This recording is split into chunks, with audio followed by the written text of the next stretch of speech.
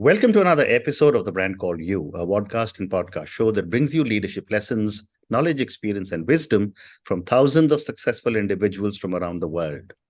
I'm your host, Ashutosh Garg, and today I'm delighted to welcome a very senior and accomplished professional from Mumbai, India, currently speaking to us from Gurgaon, Mr. Neeraj Jain. Neeraj, welcome to the show.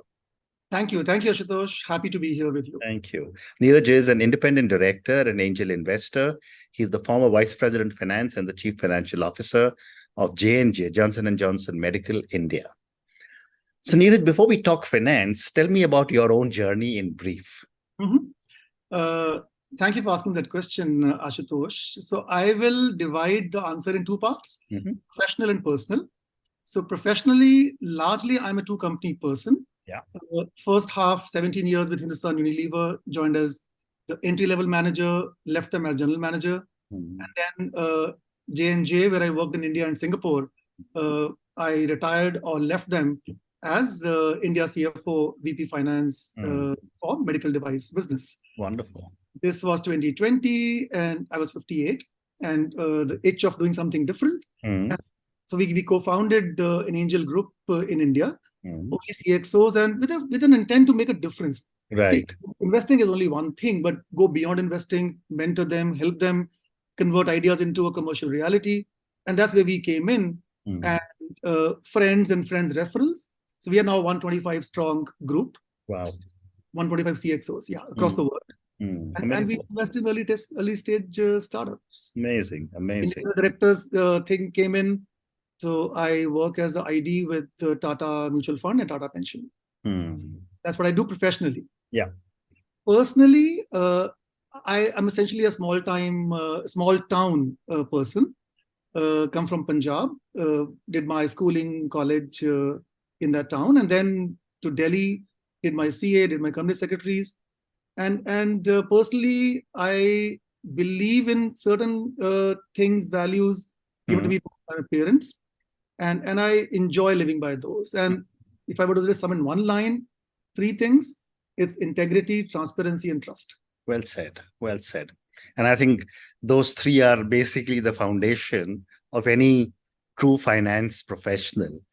But moving on, and that's my first question to you also, as a leader in finance, what key principles have guided your own decision-making throughout your career? Yeah, interesting.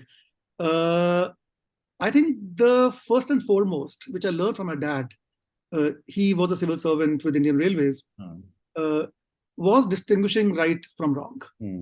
So as a finance person, you can very easily get into a gray zone. The idea was not to get into a gray zone. Call out the wrong from right and pick the right one. So don't manage things, but do the things in the right way. Because that's first principle which always guided my decision making. Then I learned along the career, one of my bosses, I still remember, he was aghast at us. When I say us, mean that company at the time, looking at things in a very hierarchical way. Why should you look at it in a different way? Somebody is senior, somebody is junior. So egalitarianism, he taught me. And I think that stayed with me for a long, long time. Amazing. People leadership, that came in somewhere in between. And I started measuring myself by looking at whether the people who work with me will want to work with me again or not. That became my criteria. Interesting. Of leadership. And I think another thing I want to mention to you, which is important, I think is a principle that integrity comes at the top, and then the company you work for, and the team who works with you, and the self. So that's what the principle I have always worked with. Wonderful. And what are some of the very critical financial factors that contribute to a company's long-term success and sustainability? And I know it's important to balance the books and make a profit, of course. That's the science now, right? Balancing books is no longer accountant's job. Machines do it, IT guys do it, and science does it. Correct. So I think we move beyond that. And that's why we call ourselves more business partners, business finance partners now, and than just accountants or bookkeepers. And I think you have to pick some factors. The number one would be, are we the growth partners for the business leaders? So how do we become real growth partners, enablers to achieve that vision set by the company and by the CEO? So that's for me at the top, that are we partners in growth? And once you do that, and though it's not really financial, but it is still a big financial factor because it leads to financial results. Right. The growth part. A lot of people tell me, that's sales guy's job or that's business leader's job. Why are you worried about growth? And I said, fine. I mean, growth is something which is defined by the company for the industry, for the people, and we are all part of it. So I look at myself as a business leader with a finance background. I may be a finance person, but leadership is across functions. Second, I think as a finance person, cash flows I think are important. Right. So which contribute to a company's success in long term. That are you going to be out of cash, or are you debt free? Are you low debt company? Ability to raise debt. A lot of companies I notice, they say, oh yeah, we don't borrow. But can you borrow? If required, can you borrow? Because a bad time will come. So that's also important, that the ability to borrow, ability to raise cash. I think that's an important element. And the third, I think, is investments. Do you invest in the future-looking R&D work, the basic R&D? I come from FMCG pharma sector and now financial services. But I think investing in basic research is important. And if it's a pharma company, it's double-digit percentage to sales, right? So dollar investment and investing for failures. Correct. Keeping some money for failures. Correct. Companies who do not keep money away for failures, I think there is a question mark about running a P&L there. So you need to give money to the business leaders to fail. And encourage them to come up with ideas, try different things, and see where it goes. Well said. Well said.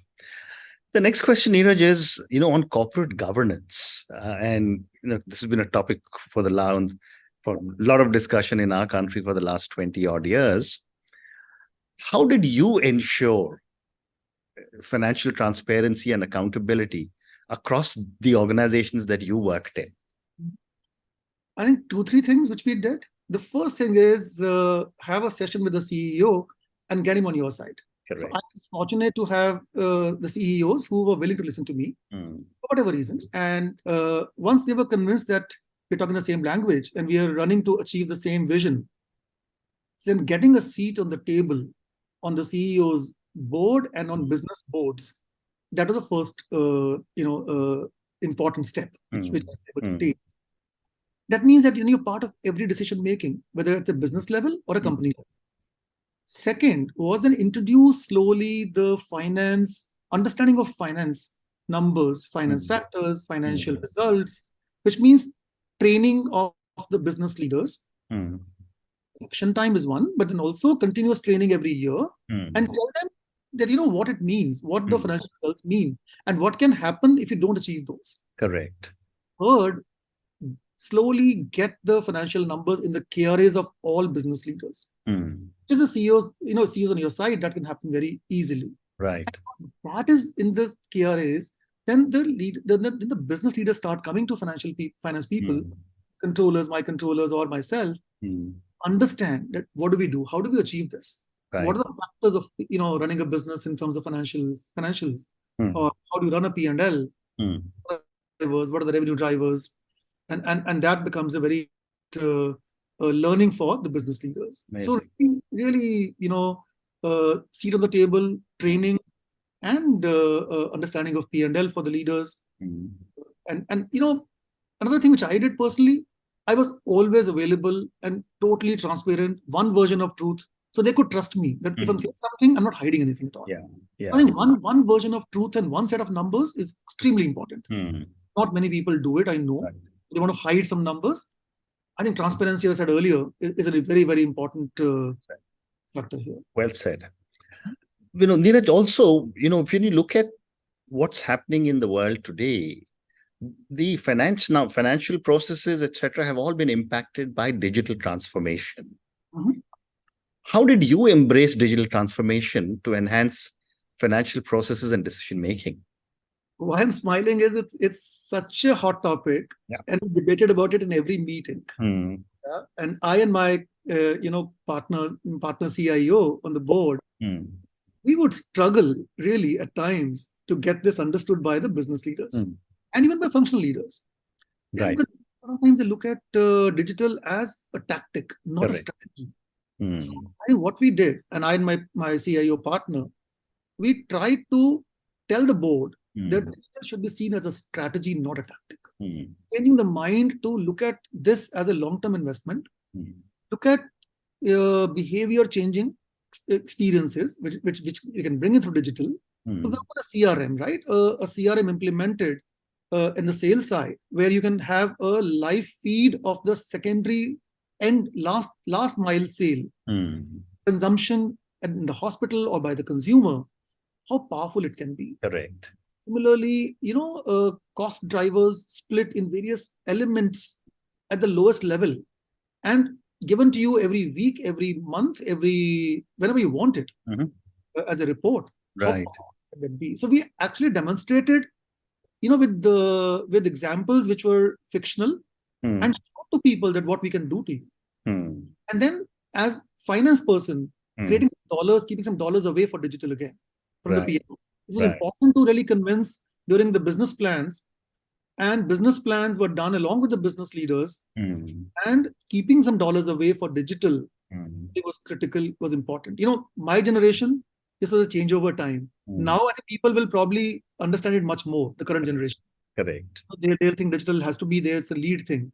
While in my case, 20 years ago or 15 years ago, it was a struggle to tell people that this is the way to go, and it not just number crunching. So yeah, extremely. Well said. Well said. And you worked for two very major multinationals in the world. How did you foster a culture of financial prudence and efficiency within the organizations to ensure innovation and growth did not suffer?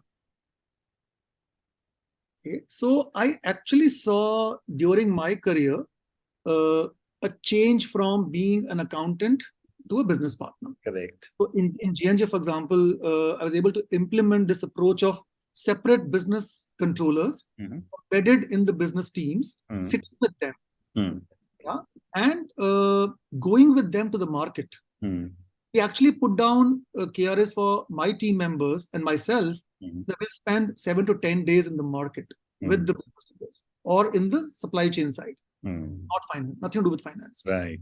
So that we show our commitment to the business side first. I mean, it starts with that, right?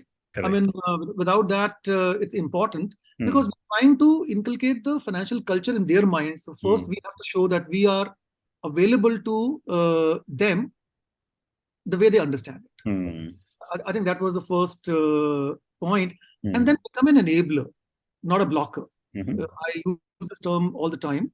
That is very easy for me to say, listen, this is my policy, it doesn't allow this. Second is, let me see, how can I, get this thing done within the framework which we've agreed upon. The framework needs a change without impacting my, the values we talk about in a company. If I need to make a change in the process, which can help get a business deal, not the wrong way, the right way, as I said earlier, can I do it? Should I do it? Of course I should do it. A lot of people I find, they might say, oh, listen, as per my rule, para so-and-so, this can't be done. No, that's not something today businesses want from us.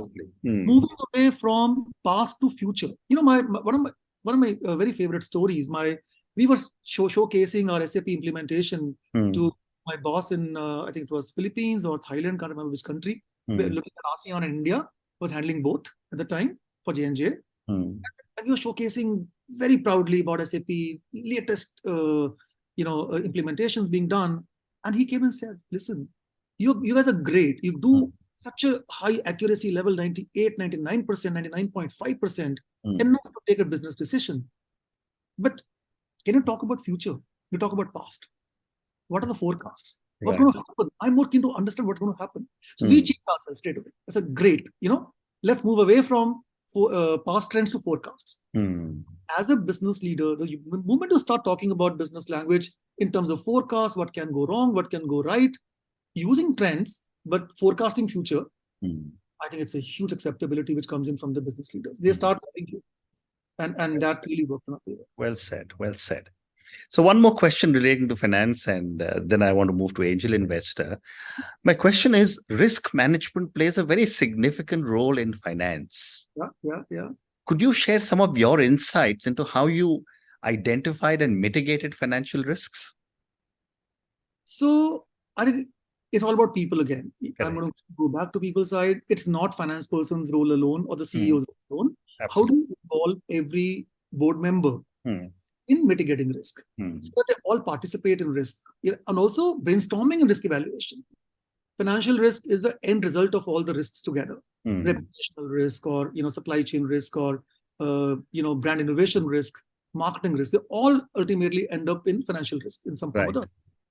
Now, once you start involving them, it's to be championed by the finance guy, CFO, but involving them from very beginning, and then telling them that these risks and responsibilities make a matrix. Some are handled by the business leaders, some are handled by the finance leaders. The financial risks, of course, will remain with me or remain with people like me. And that's where we look at things like cash flow, never run out of cash, ever. That's one, because that can bust the company straight away. Right. So I talked about earlier about having credit lines open to you, keeping enough cash with us. Now, even if you borrow and leverage, don't over leverage. And also, how tight can you be on the working capital? Working for HUL, I learned negative working capital. Not a great idea all the time, but for a great company, it's a fantastic idea. Absolutely. Well said. Well said. So, these are kind of levers which you can pull to safeguard against margin erosion or margin enhancement. Correct. Volume growth.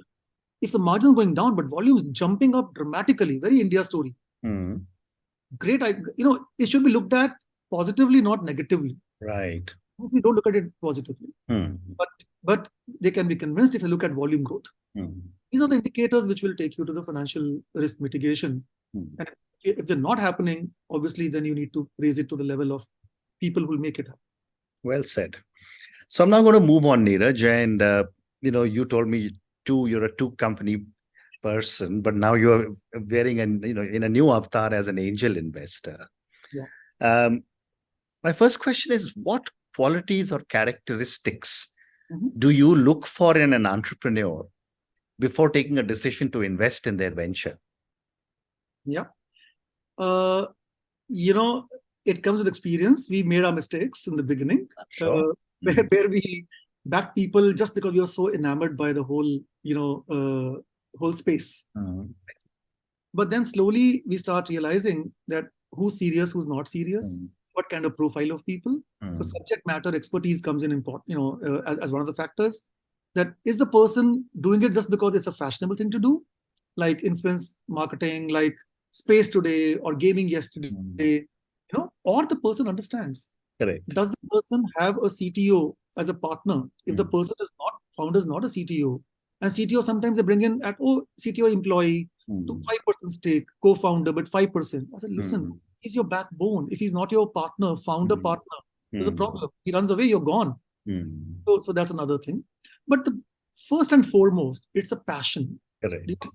Passion in the person, the founder, how passionate the founder is. We've had people who've come in and said, oh yeah, we want to do this, great. And then after a year or two, it's not happening. So I need to wind up and go back to my hometown in so late because it's been 2 years of failure. Right. So how much passion, what stage of life they are at, what is their skin in the game? Do they have any skin in the game or not? Have they put in any money from family, friends? Correct. And is the idea really innovative? Will it make a difference? Are they trying to solve a problem which is really a problem? Or is it just because, Neeraj did it, Ashutosh did it, somebody else did it, I'm going to do it? That's not work. Right. I think and other thing which we learned is ability to listen. They have the ability to listen because we are trying to invest and help them, mentor them. A lot of people say, oh yeah, I heard you, but I'm right. Or I even hear you. You're telling me great, but no, it doesn't work like this. We've had those instances. Amazing. A lot of people will say, oh, you're saying this? Great. Let me go back, do my homework and check it out. What is the body language the person is showing? Is the person founder even willing to listen to you or not? I think that's important. Well said. And based on your experience of having met, I'm sure, many startup entrepreneurs, what would you say are some common mistakes or pitfalls you've seen entrepreneurs, make, and how can they avoid them? So on the team side, running alone, not getting co-founders, diluting very early, because they want to raise funds at a very low valuation, they start raising high amount of funds, and they walk into a stage where they've given up 30, 40, 50% of the company very early. And very soon they are below the majority mark, and they're left with 30, 40%. That doesn't work with VCs and PEs later. So guiding them in terms of, how should they really give up their equity, and how should they really raise funds in a gradual manner than raising all at once, right, is an important lesson which they need to learn. But I think most importantly, I find these people come with a hockey stick approach, unrealistic plans. I've done 5 crores last year, 7 crores this year, 100 next year, 500 year after that, and 5,000. Right. That doesn't make, and then what? They start resourcing for that. Now that's unrealistic at times, with no detail, no build up to that, customer wise, channel wise, area wise, and they start resourcing for that. Correct. Now that's a sure shot failure, because you're going to bleed cash there. So avoiding that, I think, is important. And we also seen a lot of startups who don't acknowledge competition.